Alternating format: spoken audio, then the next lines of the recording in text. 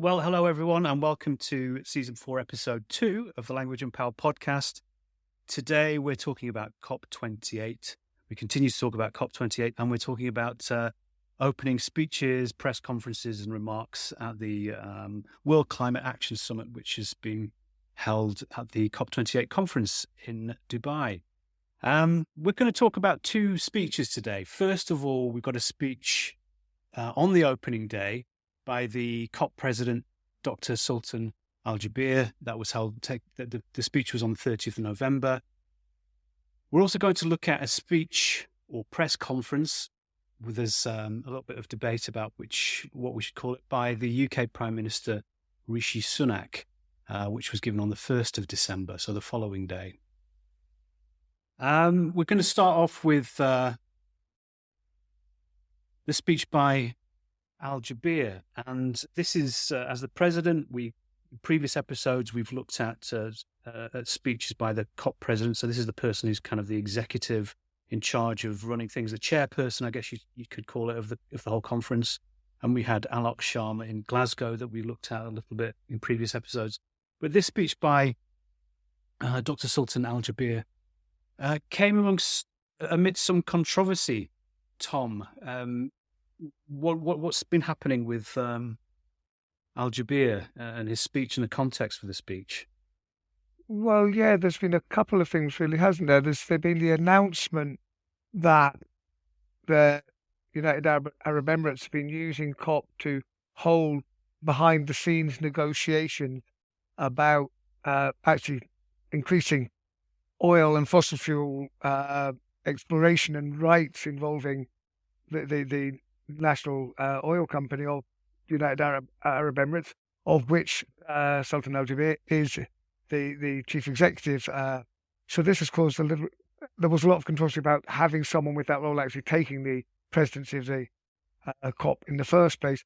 But very interesting, but also connected with that, there was also yesterday, after the speech, there was further revelation, if you like to use that term, of a meeting that Al Jaber was in with Mary Robinson, the former president of the Republic of Ireland, in which he claimed in a bit of a heated moment that there was no science to suggest the getting rid of fossil fuel emissions was necessary in order to bring down the global temperature to the appropriate number. So he sort of denied the science, and there's no science saying this, which is also hit the press, and also very interesting. The video of this conversation has been released, which gives some interesting background to this.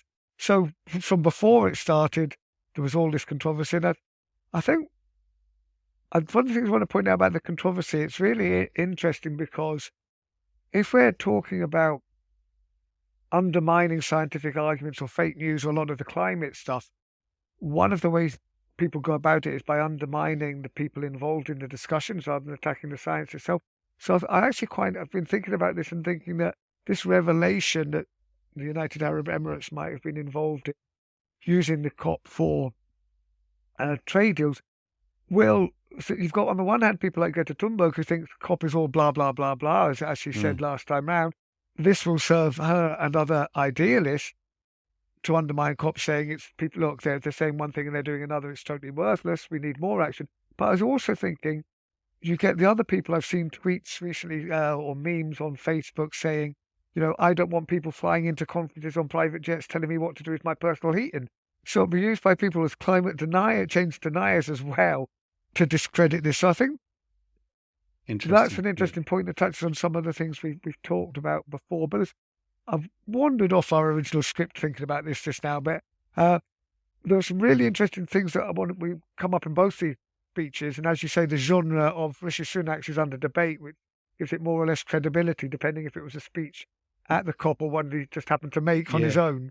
Well, I'll just say a little bit about that. What we're talking about is we've got we'll put links to these in the notes, and so you can have a look for yourself.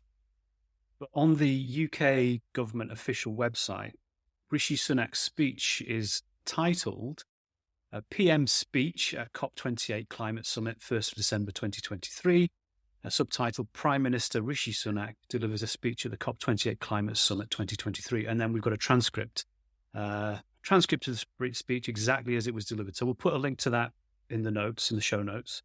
But if we look at the YouTube video of this event, it's very clearly a press conference. The YouTube video that we'll also put a link to, it clearly describes it as a press conference. And you can see in the background that this is not given on the main stage of the COP meeting.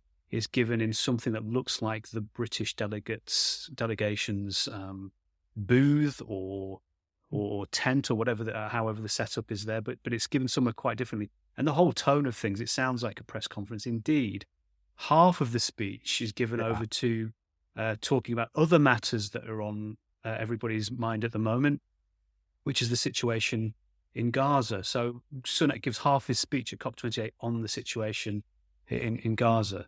And then there are questions from the press. So it very much looks like a press conference.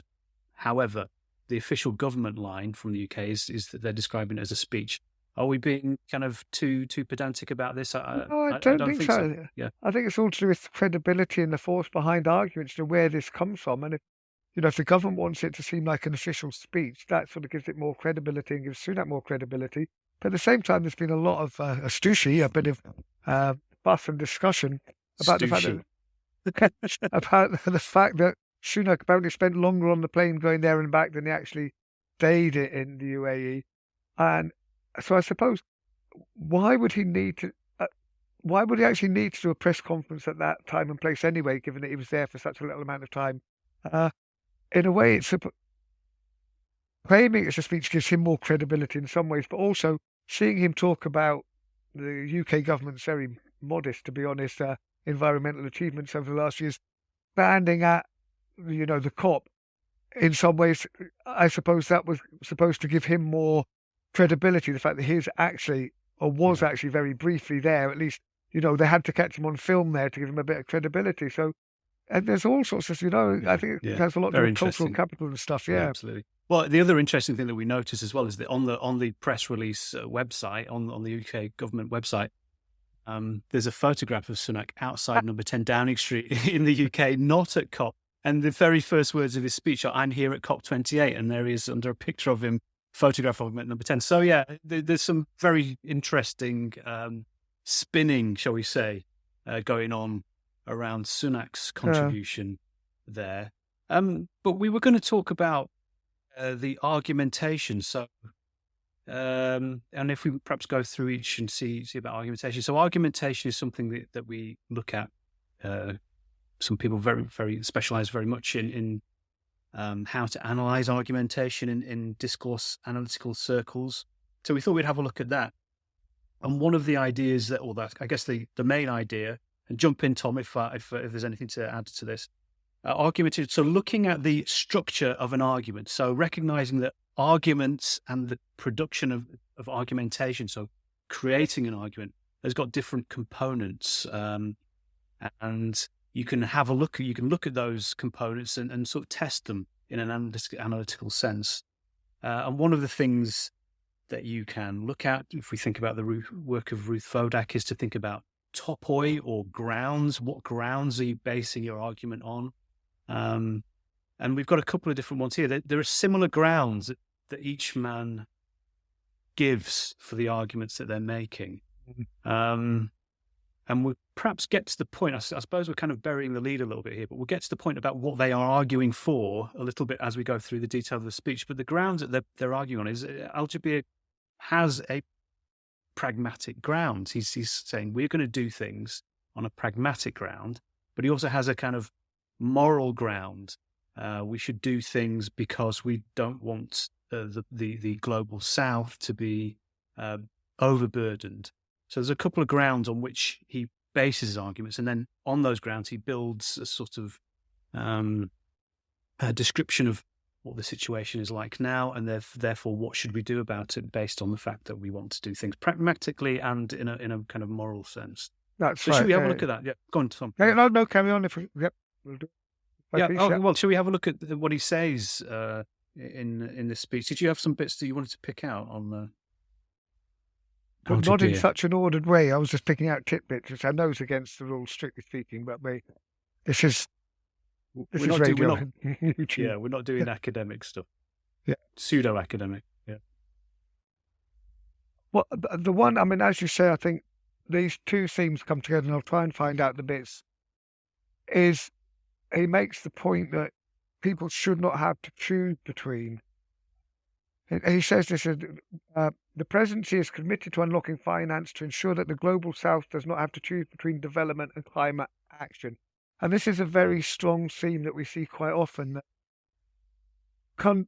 less developed countries can't afford to develop and join the developed world if they're not allowed to continue using fossil fuel and stuff like that. And it's often used, it's a solid argument in some terms, that, that the very developed countries have, modernized through the use of fossil fuels, and now turning around and saying you can't do this.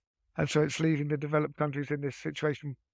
And Al Jaber is saying they shouldn't have this choice, shouldn't have to be forced into this choice. But there we get these two topoi then, that all decisions should be made that are benefit to all countries. No one should be left behind. This is a strong theme or topos that's coming through, that it should be to the benefit of all, and also to be pragmatic. But it's often used, he's very much using it in his speech here to say that the already developed nations, the global north, are using their power to dictate the way in which copper's been going, and that this shouldn't be going on anymore. So he's using it to talk about climate imperialism, and so he's setting up this distinction between the north and the south in quite antagonistic ways.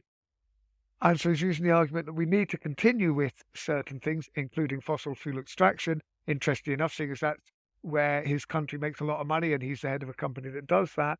So he's creating this argument, but he's sort of using it as a way to justify the continued use of fossil fuels alongside other pragmatic measures, to be fair. But that's one of the things he clearly says. It should not be a choice between development and climate action. Yeah.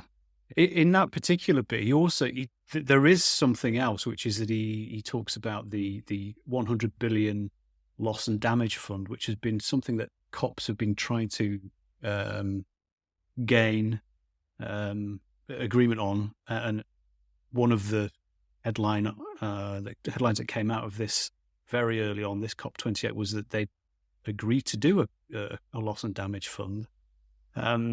So even here, there's a I guess a practical, pragmatic kind of argument. We don't want to do this, so we'll give them money. We'll make sure that there's money available on that. And he talks about the most vulnerable. So on loss and damage, I know how important this issue is to the parties, particularly the most vulnerable. So that's where he brings in this kind of moral argument tied in with a kind of practical solution. We'll create this fund and open it up to people in the global south. I don't know how other people will have to sort of make a judgment on whether that amount of money is sufficient or adequate and stuff. But we're just kind of, I guess, pointing out at this point that those are the kinds of argumentative bases that he's talking about. There's a similar stream or theme in the Sunak speech. He's talking about, on moral grounds, that now the less wealthy should not have to pay for climate change actions. So he talks about, so yes, we'll meet our targets, but we'll do it in a more pragmatic way. So he's specifically mentioned pragmatism, which doesn't burden working people. So this argument, the grounds for this argument are that we're going to do things in a certain way because it's practical and because we don't want to burden working people. So he's kind of borrowing that type of argument from Al Jaber to say that the poorest shouldn't have to pay. This time it's people in the global north who are in a wealthy country, not... No, so they're both using a similar argument, aren't they? That people are being left behind. And this can be a good argument. Of course, it's a solid argument. There should not be a scenario where people are left behind. But it's also one that can be used in ways. And you're saying, so for example, when Sunak used it as well, this very much latches on to a sort of populist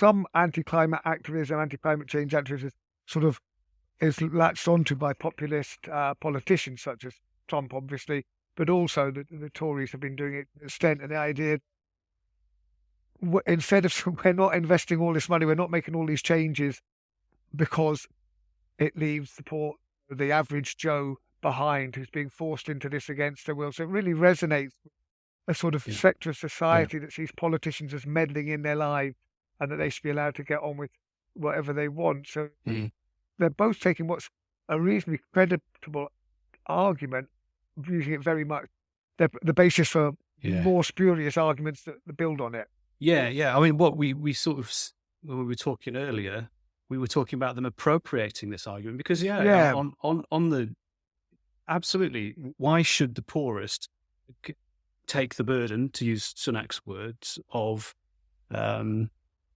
adjusting to, combating, mitigating climate change? Why should they? Why should anybody have to do that? And we said they're appropriating it, and I think you can see this particularly in Sunak's speech. If we kind of look at the details here, he's talking about, so if we remember in Al Jaber's argument, and we're not saying that this is perfect, I'm not saying it's perfect in any way, but he's kind of saying we don't want to have the global south having to choose between development and global action. He goes on to speak about the new 100 billion loss and damage fund. So giving money, producing money for people. Whereas in Sunak's case, he talks about, we're getting to the point of his argument. As I said in September, he says, we won't tackle climate change unless we take people with us. Climate politics is close to breaking point. The British people care about the environment, and so far, so good.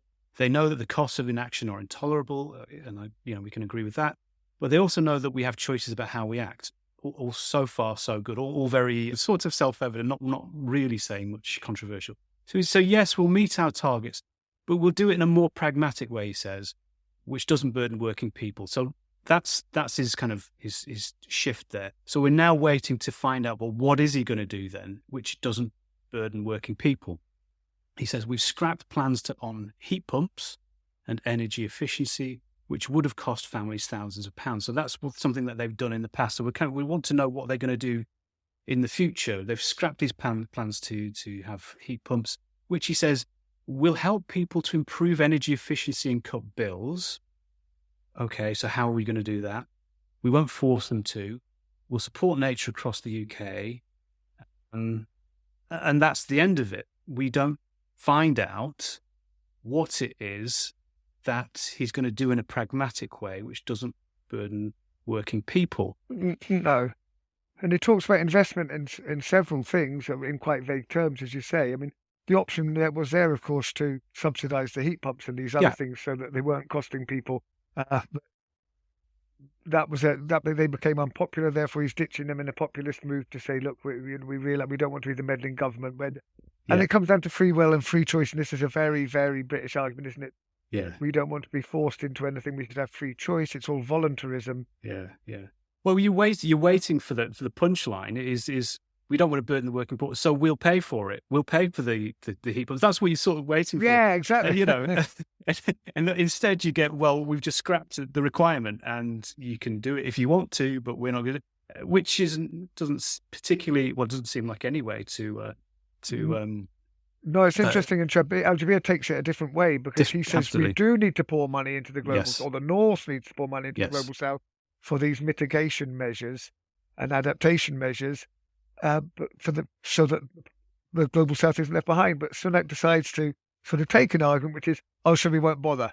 Yeah, because you don't like it, guys. And certainly no detail. I think this sort of said will help people to improve energy efficiency. It doesn't say how, and so on.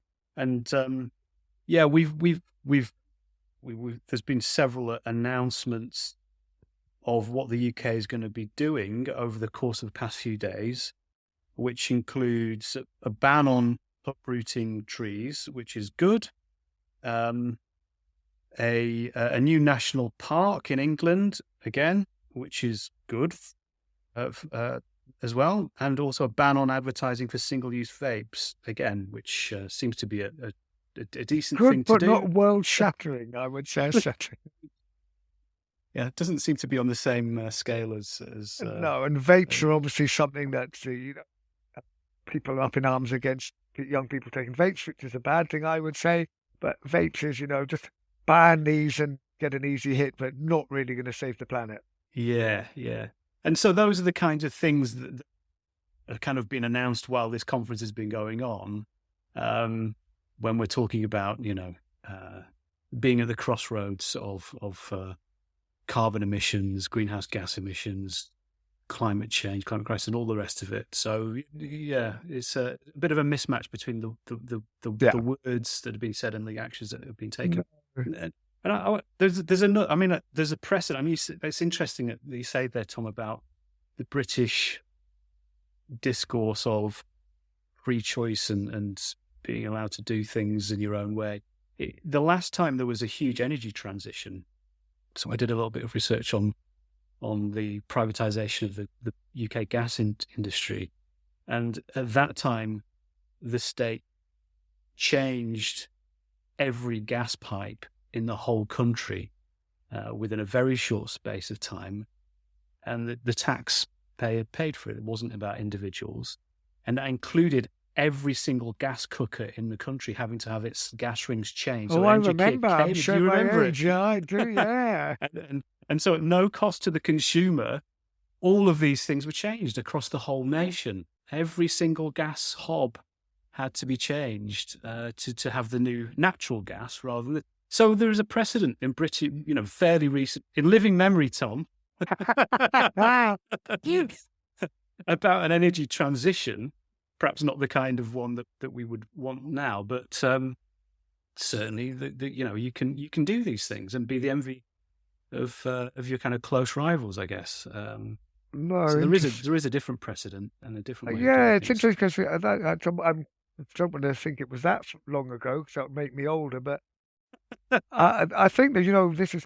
I forget sometimes that I was born in what could be called the post-war era. So I 17 years after the Second World War finished, but still, it was quite a different world in terms of there was still the idea that the government arranged stuff for us, and that we did stuff, and the government made us do stuff, and that. So it's not always been that case. This has been a topos, if you like, that's been increasing in the UK progressively. Well, let's say particularly since 1979, but actually before 1979, the Thatcher never got in.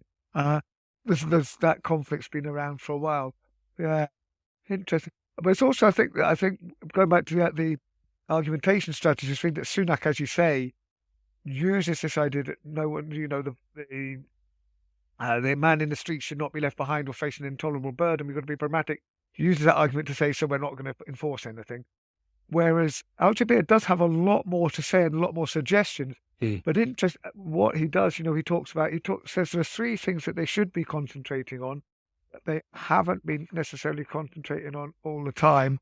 Let me just find them. Mitigation, adaptation, and means of implementation. So he talks about the means of implementation is lots of money going to the global south to enable it to do stuff, the means being the capital, the money. Adaptation means learning to live with climate change, and he focuses on that a fair bit. But then in terms of mitigation, this is where you might expect, let's stop burning fossil fuels.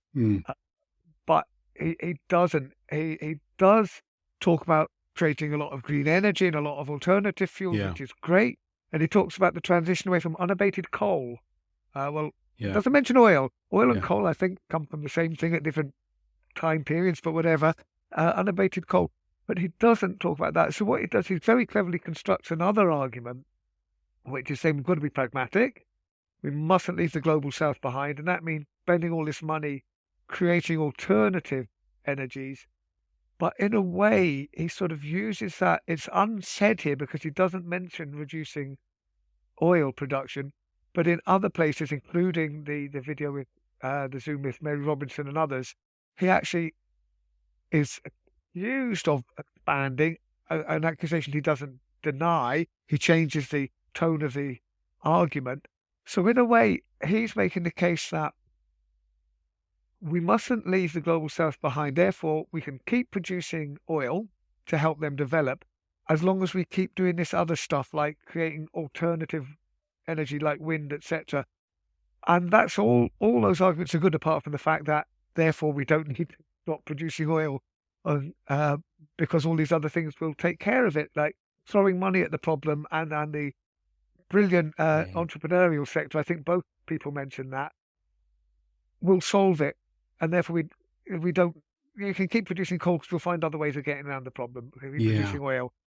So his argument's more subtle than Sunak, but it still has this by omission. We can still carry on with oil because we've got all these other measures, and let's just forget about oil, and that's because that's not the main issue. It's interesting. I'll just read that part out that you've been talking about. Excellencies, I want this COP to be the COP that maximizes momentum on mitigation. Today, countries representing more than 85% of the world's economy are behind COP28's goals of tripling renewable energy capacity by 2030. And we are reaching critical mass on the goal to double energy efficiency by 2030. This is how we will transition away from unabated coal. Let me also encourage countries to establish near zero methane emissions targets as part of the next round of NDCs. Zeroing out methane emissions can make a huge impact in the shortest time frame. So you've got some detail and some specificity. We're thinking about social representation of social action here. You've got some of that, but as you say, what's missing from that the particular section of the speech is this mention of oil. Something that I'm often very, very interested in is representation of social action. I always think you can find something interesting in this. And one of the things I noticed here is that Al Jaber does start talking about oil and gas companies. And that's something that I don't recall seeing in previous COPs. They might talk about oil, they might talk about coal, but they talk about them as nouns, representing some kind of, as though they're social actors. But here he does talk about oil and gas companies. But then, interestingly, he's doing it in a way that praises them. So I'm interested in the strategy here. So let me read this part. Colleagues, let history reflect the fact that this presidency has made a bold choice to proactively engage with oil and gas companies. So I think it's interesting that we're not at the level of specifying particular oil and gas companies, but we are at the level of specifying that there are oil and gas companies who need to be involved in this. We had many hard decisions, he says. Let me tell you, it wasn't easy, but now many of these companies are committing to zeroing out methane emissions by 2030 for the first time. And many national oil companies have adopted net zero 2050 targets for the first time. So he's kind of given some praise to some companies in those industries, but still not naming the companies. I'm grateful that they have stepped up to join this game-changing journey, but I must say it is not enough, and I know that they can do more. They can lead the way, and others must catch up. I think that's really interesting. What do you think, Tom? He's naming these sectors, giving them a bit of praise, saying that they need to do more, but the message is that they are now the leaders in this.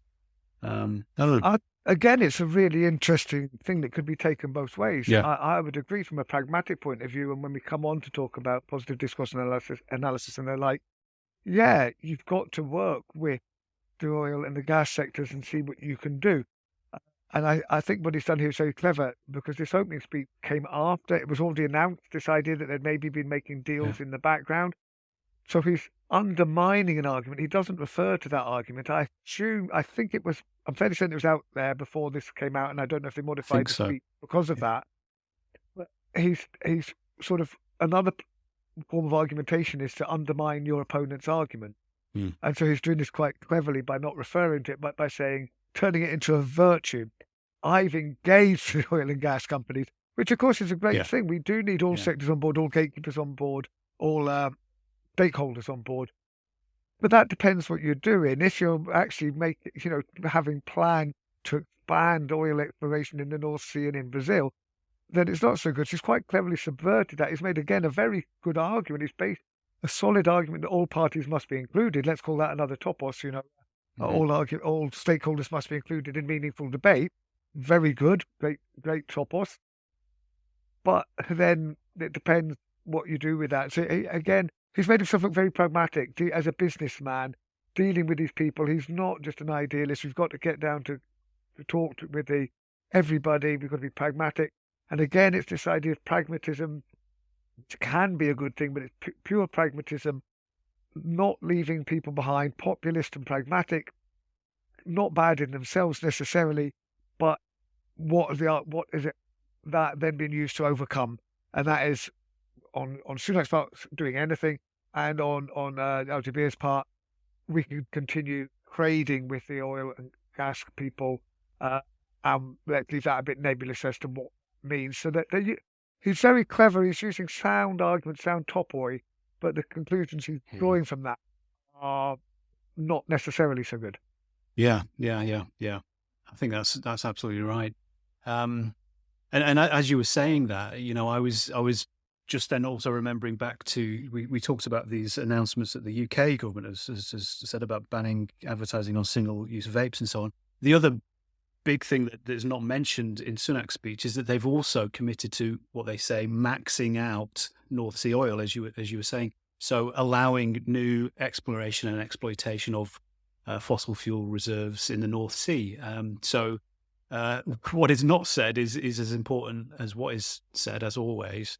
And then the match between what is being said and presented versus what we know is happening elsewhere, the actions elsewhere, it doesn't necessarily match here. So, yeah. And it's interesting that Al Jaber, sorry, No, go ahead. North Sea, thinking of the North Sea, you put me on another strand I've been thinking about over the weekend as we were preparing for this, and the idea that, so in the discussion with Mary Robinson and this claim that there is no evidence that fossil fuels are necessary, again, it wasn't said at the COP, but it's part of, intertextuality, part of the background of what Al Jaber has said. Downplaying science. Interestingly, in this speech, he said the science has spoken, so when science suits him, he'll quote it. But this idea, that people want to believe this, and this is something I think that I've forgotten to put up, is, people will believe what they want to believe in order to make a living. Because yes, they're absolutely like the most basic human thing, we have to make a living for our families. And so if we're conflicted because providing for our families is not good for the environment, and someone comes along and says, you know what, those guys who say it's bad for the environment, they're actually wrong. So you can just carry on now and it's great, and you can carry on being a good family man, family woman, whatever. I mean, this we see all the time. I would love the science to say that there is no problem with oil production because, hey, I'm in favour of Scottish independence, and yet Nicola Sturgeon says we're going to bankroll into exploration of oil in the North Sea. So, sure, I've got no vested interest to say that oil is dirty, but unfortunately, it is. Yeah. And you've got I mean, what we've ended up with, going back to the argumentation here is, yes, in Sunak's speech, you've got this idea that it's either climate change or it's burdening the working people, and the only way to solve, so that you've got a conflict between those two aims, and the only way to do it, to bridge that divide, is to allow people to do it by themselves. Yeah. So, yeah. What he's not saying is that there is a completely different alternative, which is that governments can regulate, governments can legislate, governments can bring policy to bear, but also in terms of international relations, they can come to international agreements, which is what the kind of whole COP is about, and does not have to have one or the other.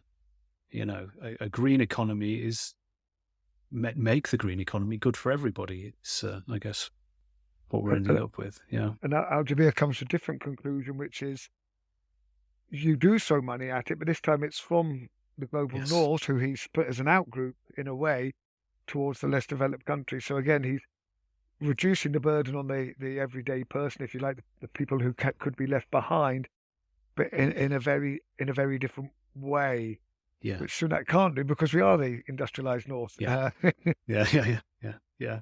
And what we've got, I mean, if we kind of draw this together, they're both riffing on this idea of a just transition without necessarily saying it, which very neatly brings us to I saw what you did there. The topic of our next podcast, which we'll be recording, I think the day after tomorrow, is it, Tom? There's a theme. We move now from this leaders event into some of the thematic days, and one of the thematic days, which is about to occur, if it's not already happening right now, is on the idea of just transitions. And we've spoken about that in the last episode, Tom. That's something that you're particularly interested in. in terms of research. We're all interested in it anyway, but you're particularly interested in terms of your research. Yeah. So we'll be looking at that in a little bit more detail in the next episode. Yeah. Any last words on that? See you on Wednesday. Yeah, see you on Wednesday. Okay, thanks a lot. Bye, everyone.